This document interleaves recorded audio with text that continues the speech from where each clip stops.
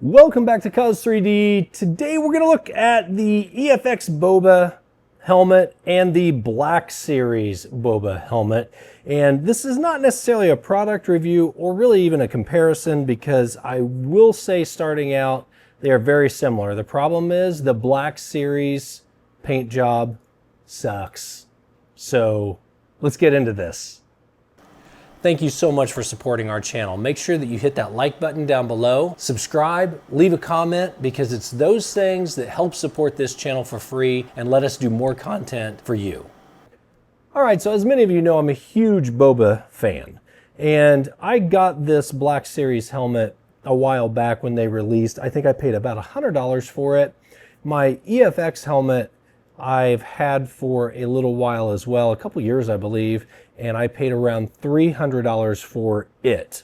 And the comparison of the two as far as quickly, shape, everything, they're not too bad. They're pretty comparable. The dimensions are very close, and they're both very passable as far as they do mirror each other pretty well. But the paint job, the color scheme on the Black Series is horrible. I mean, just terrible. And I don't know if the camera can really pick up what's going on here, but Boba's helmet is almost a spruce green, and the Black Series is almost a gray green. It's really not a good color. But anyway, enough of that. What am I going to do about this? This Black Series helmet's been sitting on my shelf, and I see it constantly, and it just looks terrible next to all my other helmets. So I've decided I'm going to repaint it, but I'm not going to sand it completely down, pull out the stencils, and repaint it from the ground up, which I probably should do. But I want to see if we can save this, and we do it in a couple different steps. So the silvers I want to talk about first. The Black Series silver isn't even silver, it's gray. And the base of Boba's helmet is actually a silver base. So we need to address the silvers first. And I think it's going to be a little bit of masking off, not getting too crazy with it, and using an airbrush to kind of bring out some more of that silver color. The gray that is around the silver, especially on the dome, Black Series again totally missed the mark. It's a much lighter gray. It should be a darker gray. So those are the first two things I'm going to address on the dome. Now there are a couple other things that are passable on coloring with the Black Series. On the back, the colors on the back aren't terrible, except for the main part that's supposed to be green. And it's just, again, another darker gray green. And why they chose to do this, I don't know. But the coloring of the battle damage isn't too bad. The tans are a little washed out. That's okay. I think I'm going to be all right with those. And then when we kind of get around to the T-visor and the red band around the back, the grays are okay there as well. I think we can salvage those, but it needs a new red T-visor and band. The ear caps, I'm not too worried about. We'll see once we get there if we want to lighten those up and do a repaint on those as well. But again, I'm trying to do this more as a couple stages, and I don't want to do a full repaint. I know that's what's going to end up happening, and sanding it down and starting from scratch is probably the right way for me to do it. But I'm going to try to go in and just touch up the Black Series to make it look passable, so that, you know, somebody can do a little bit of work on one and make it look a lot better than what it is. But we'll see. So let's dive into this. You're probably going to see multiple projects on my bench while I'm doing these. I'm not in a hurry. This is something I've kind of decided I'm going to put kind of on the 1 month filming schedule, work on it when I can. And enough talk, right? Let's get into this. Let's start doing this. All right, guys, I'm not a huge fan of doing voiceovers on videos, but I am going to do one on this video.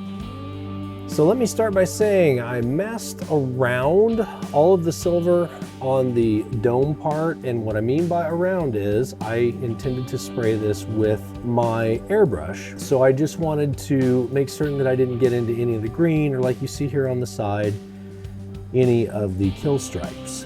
And I didn't put a lot of masking on, but just enough that I felt with my airbrush I could hit in the areas that I needed to. Now I just used a basic silver on this, and as you can see, most of the areas that I'm working on are very small. And again, I just did around the dome area. So I just want to get some better silver than what was in there, since on these, at least on my black series, it was more of a gray than a silver. I removed the mask at this point, and you can see some of my overspray from the silver. I wasn't too worried about it. And I also think that the liquid mask that I used might have somehow seeped into the plastic, which is why it did darken the green a little bit, or darken the green gray. After that, I removed the masking. I went back and then let it cure, and then actually masked the silver that I had just sprayed on, because my intent was I was going to do the darker gray flakes that are next to the silver in most of the areas on the helmet.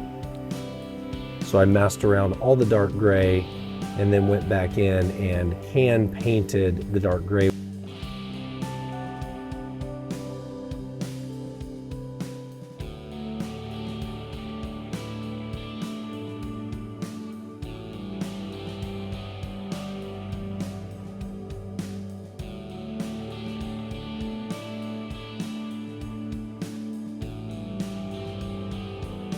So at this point, I am masking over the dark gray that I had painted on by hand, and I'm also masking the silver.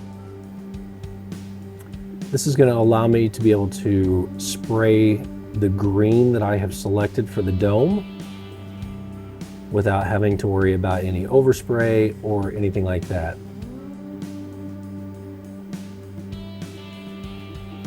I'm masking off the cheeks as well. And I have a link in the description for the Pro Band fine line tape that I'm using there, the red tape. That stuff is phenomenal for masking around the mandibles and stuff. I use my liquid mask on the cheek areas to cover up any of the battle damage that was already there, because I didn't intend to go back and mess with those. I thought that it looked at least good enough as far as that goes.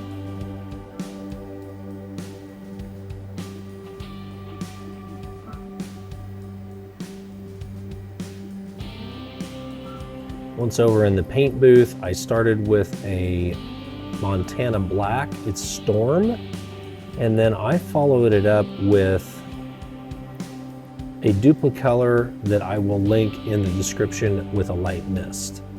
Then the always fun part of unmasking and seeing how it turned out. So I took a bunch of time on that and didn't like how dark it was, so I remasked everything once again and hit it with the green Duplicolor primer that I had. And this time when I got it off, I felt like it was a little better. It's still a little dark for my opinion, but I was willing to live with that at this point because I didn't want to mask it for a third time. I'm masking here now for the red, the mandibles, the back, and the band. And the red that I chose was another Montana Black. Red, I will link again in the description. I am masking off all of the silver, grays, and dark reds that were on the mandibles, but I'm leaving the main red part of the T-visor, the band, and the back visible, because that's what I wanted to hit with this paint. Now, you can't really tell, but I'm not globbing it on. I just wanted a very nice coat thin coat over what was there, the existing red that was there. And I'm pretty happy with it. It turned out, as far as I'm concerned, pretty good.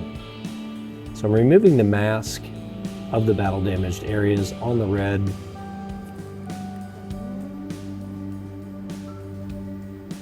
And it turned out okay. Lastly, the green ear cap, which would be on the left side of the helmet. Pretty self-explanatory, again, masking off all the battle damage, and I did paint this off camera, unfortunately, with a green that I am not happy with yet, but it's okay because the ear cap pops off and I can always readjust that color. So it's as simple as that, right? Well, the truth is, it wasn't that simple. It ended up taking quite a bit of effort. The fact that I had to remask the dome and the cheeks 3 times was my mistake, because once you throw paint on there and you cover up all your reference scratches and your reference silver, it looks different to the eye than when you peel everything off. If I had it to do over again, I don't think I would worry so much about the silver, because the silver that's on the T-visor ended up being aesthetically pleasing to my eye once, because I didn't do anything to that. Also, I did not add any silver into this area down here on the cheeks. So I think I wasted a little bit of time with the silver. I should have just masked over the silver and then done my dark gray painting, which I could have hand painted without even masking at that point. Let that dry, mask the silver and the gray, and then followed it up with the green.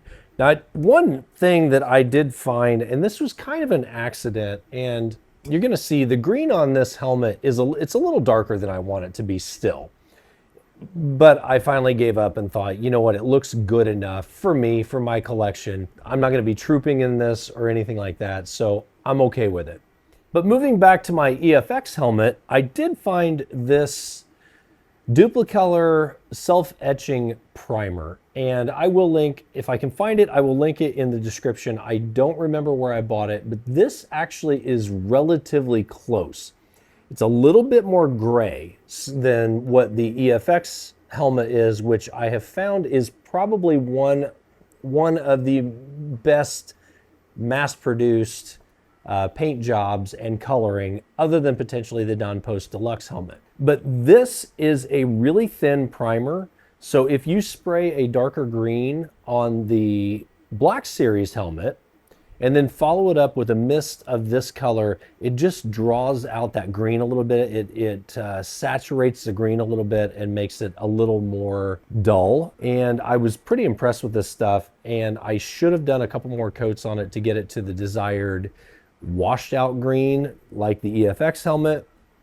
But like every project, I got impatient and I had some other things that I had to get done, so I just called it good with what I ended up getting. So let me grab the Black Series again. Movie Magic, Black Series is back on the headrest here. And the base coat that I put on it was the Montana Black Storm, and I think followed up by this Duplicolor self-etching primer. I think that is a pretty good combination. Again, mine's a little dark. I should have done a little more on the primer, another coat. But the back, I did not like the coloring on the back at all. I didn't change it, but I did do one thing, and I went in with my Montana Paint varnish and sprayed it on there. And I was a little surprised. I did it kind of just as a test because I'd done a Bo-Katan helmet a while back from Black Series Bo-Katan helmet, and I did a gloss coat followed by a satin varnish coat on it. And it really just brought out the colors a little bit more. It darkened them a little bit. It didn't change the colors, but it just made them a little more vibrant. And I did the same thing on the back of the Black Series helmet here. And I was pretty surprised. It made a little bit of a difference. It kind of darkened those colors up a little bit. And I mean darken, I shouldn't say darken, more of brought the color out more. And it just made it look a little better. It still looks bad. It's still the wrong color.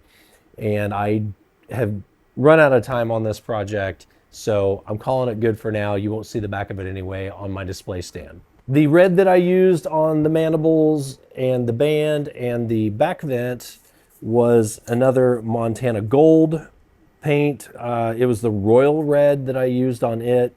And I mentioned in the video when I was doing the voiceover, I didn't coat this stuff on. I tried to do a real quick spray. I will warn you, the Montana paints are very pigment heavy, so they come out very thick anyway.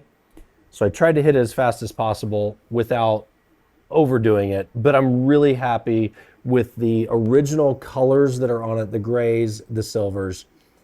It complements this Montana red very well. And again, not 100% screen accurate. It's a little dark, but I'm happy with it as well. And then finally, I know I used a lot of liquid mask on this. I will put this in the description if I can find it. It's a white mask. It dries clear. It's called Liquid Frisket. It's Incredible White Mask is the name brand of it. And these bottles are not cheap, but for what you get, I can do multiple helmets with this thing on masking and armor and everything else. So it's worth the money. And you will see that I do pour it out into a cup so that the bottle doesn't dry. Just a little pro tip for you there.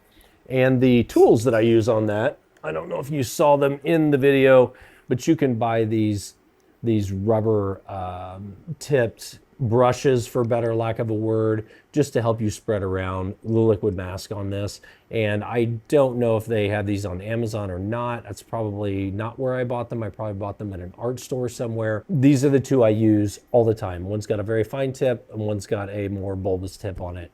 And they come in handy all the time. So anyway, now that I am done with this, Zach here in the shop kind of made a comment at the beginning of this entire project, and he said, why are you wasting your time trying to save this helmet? Well, the truth is, I have all the Black Series helmets. This is just, in my opinion, the worst paint job on any of them, and I wasn't going to take it out of my collection because it's just another Boba helmet. Why would I remove it from the collection? He said, why don't you just take one of our 3D printed helmets, start from scratch, use your templates, and do it. Unfortunately, I would have to say he wasn't wrong in saying that, because the time that ended up going into this, I probably could have done a scratch build 3D printed Boba helmet just as easily. But I wanted to save this one because I don't know why. I just had to. I'm glad it's done. As far as I'm concerned, done enough for me anyway. I never did anything on the right ear cap. I don't care. It's too thick anyway as far as screen accuracy goes, but I just wanted this piece to look a little better down in my basement. I'm happy with it, and in the end, that's all that really matters. But I want to ask if any of you have come across a good rattle can paint that you've found that matches Boba's paint scheme green, especially on the dome and even on the back. I haven't found one for the back panels yet either. But those two greens are one that have eluded me for years. I've got my Humbrol paints that I can mix up if I need to and nail it, but I didn't want to do that on this cheap, relatively cheap helmet that I knew I was never going to troop in. But please, by all means, leave a comment if you guys have found a good rattle can paint that is very similar to the Empire Strikes Back version of this, of the screen used helmet, because I'm always looking for a good paint to use on a Boba helmet. So I want to thank you guys for joining us today. If you stuck with me through this long video of me ranting and rambling on, I appreciate it. Make sure you hit that like and subscribe. It helps the channel. It helps us grow. And we will see you in the next video.